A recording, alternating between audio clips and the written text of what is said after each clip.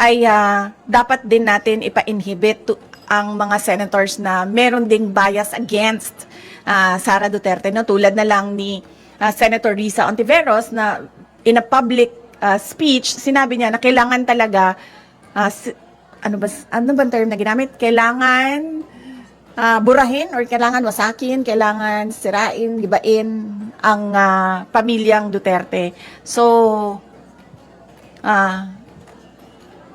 kung ganon, na magpa-inhibit tayo based on bias, ay madaming senators ang ipapa-inhibit.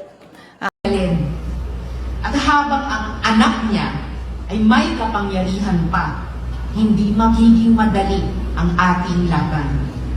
While VP Sara is in power, the threat of a full-blown Duterte comeback is still a very real and present danger.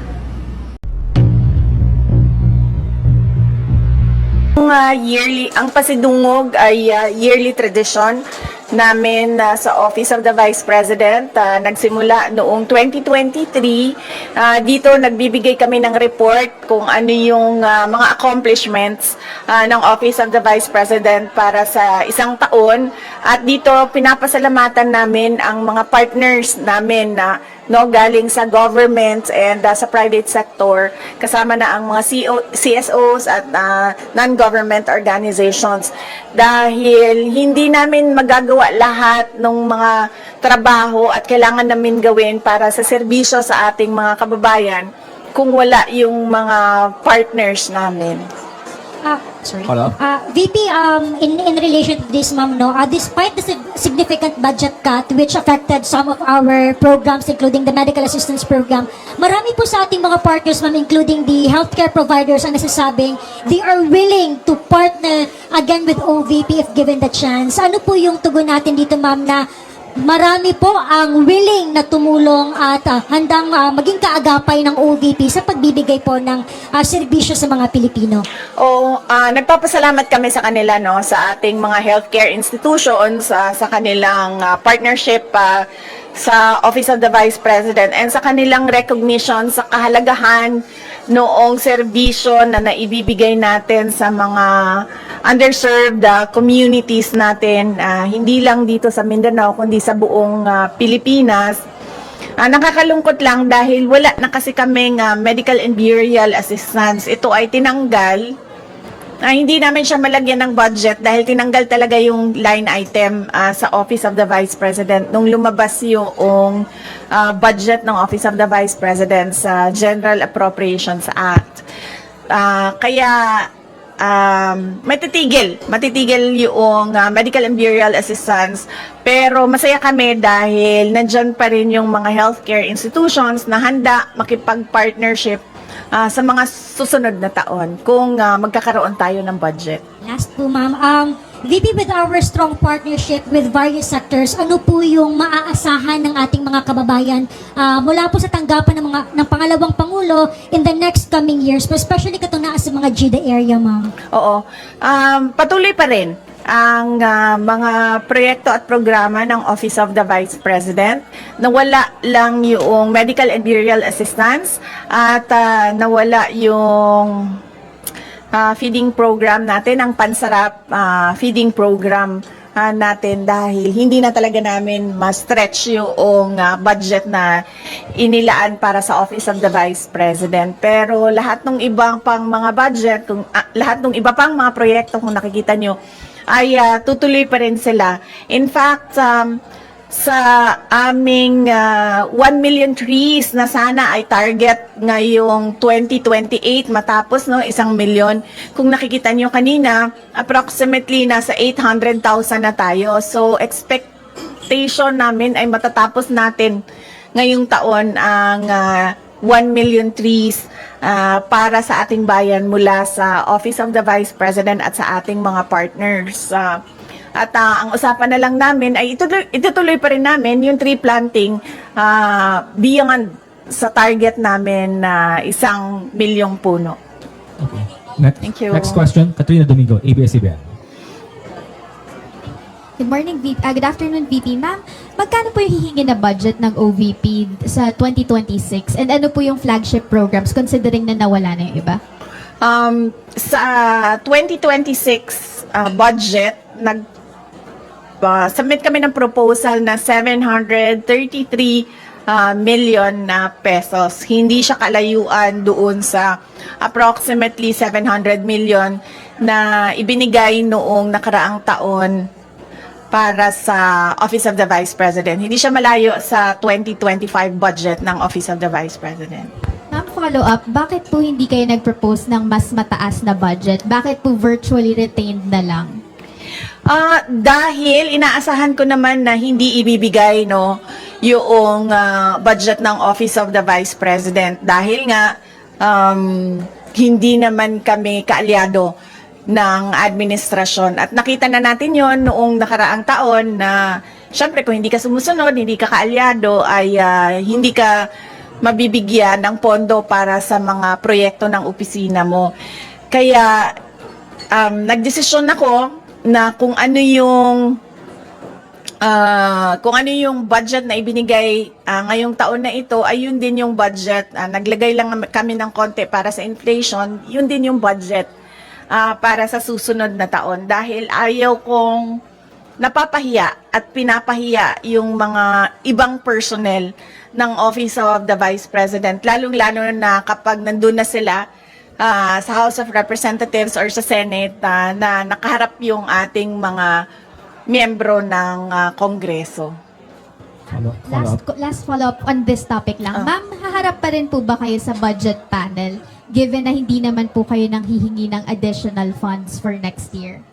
Ang Office of the Vice President? Oo. Kayo, ma'am. Personal. Ako hindi pa kasi hindi naman namin alam kung kailan yung schedule. Wala pang ibinigay na schedule para sa Office of the Vice President sa mga hearings, no? So mahirap sumagot kapag hindi natin nakikita kung may conflict yung schedule, but definitely haharap yung Office of the Vice President sa pagsumite ng budget namin at yun.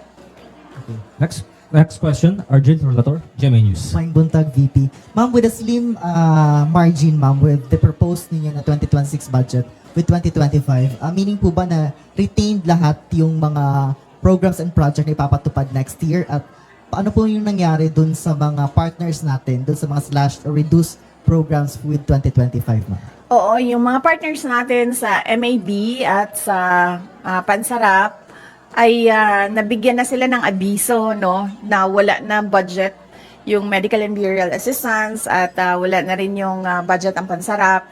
So, i-discontinue na namin yung project at yung partnership sa kanila. Follow up. So, expected, ma'am, na for next year, the same projects pa rin yung ipapatupad ng OVP. Wala nang may dadagdag po. Yes, oo. Wala kaming madagdag na projects for 2026. Tutuloy pa rin lahat nung nakita nyo, maliban lang sa Pansarap tsaka sa medical and burial assistance. Thank you, ma'am. Any other questions on this matter? Good morning po, Ma'am VP. Ang question ko po ay may kinalaman po sa case po ni former President Duterte. Any other questions with the institutional topic? None? So, let's move with the next topic. Kat, you have the next topic. Yeah. Ma'am, you earlier mentioned in an interview na you are... Ma'am, para iterate na lang yung comment niyo regarding the call for some senator judges to inhibit, specifically those daw po na who you endorsed in the 2025 midterm elections. Okay. Hindi kasi tayo pwede magpa-inhibit ng mga tao, ng mga senators, hindi kasi tayo pwede magpa-inhibit ng mga senator judges based on bias. Dahil ang posisyon lang naman ng isang tao is you are for or against. Inday Sara, no? Kung ganun ang ating basehan sa inhibition, ay dapat din natin ipa-inhibit ang mga senators na meron ding bias against Sara Duterte, no? Tulad na lang ni Senator Risa Ontiveros na in a public speech, sinabi niya na kailangan talaga, ano bang term na ginamit? Kailangan burahin or kailangan wasakin, kailangan sirain, gibain ang pamilyang Duterte. So kung ganon, na magpa-inhibit tayo based on bias, ay madaming senators ang ipapa-inhibit for or against Sara Duterte. Kaya sinasabi ko, ibigay na natin yung benefit of a doubt dyan sa ating mga senator judges na gagawin nila ang trabaho nila ng patas according to sa sinumpaan nila as senator judges. Follow-up question. The Makati Business Club and other business groups are urging the Senate to continue your impeachment trial, to convene your impeachment trial. Sabi nila, it will show accountability, it will boost investor confidence. Your response to that call of the business sector?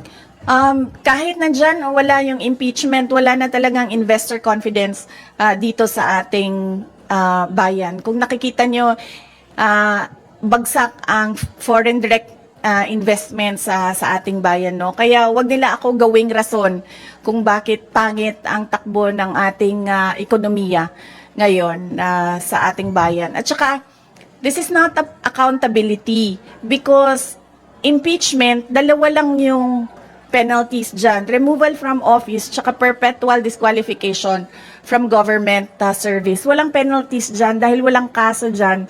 Ang impeachment ay removal process ng isang impeachable officers. Kung gusto talaga nila ng accountability, ay mag-file ng mga kaso dyan sa mga korte. Alam naman natin at alam naman nila na yung mga pirma ng mga congressman, unang-una hindi nila binasa yung articles of impeachment. Pangalawa, marami sa kanila ang tumanggap ng budget o pera kapalit ng kanilang signatures. In fact, madami sa kanila ang umamin na may kapalit yung kanilang pagpirma doon sa articles of impeachment.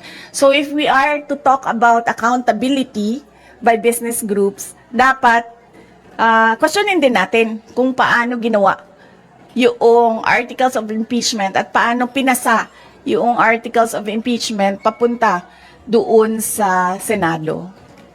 Okay. Any more questions regarding the impeachment matter? Sir?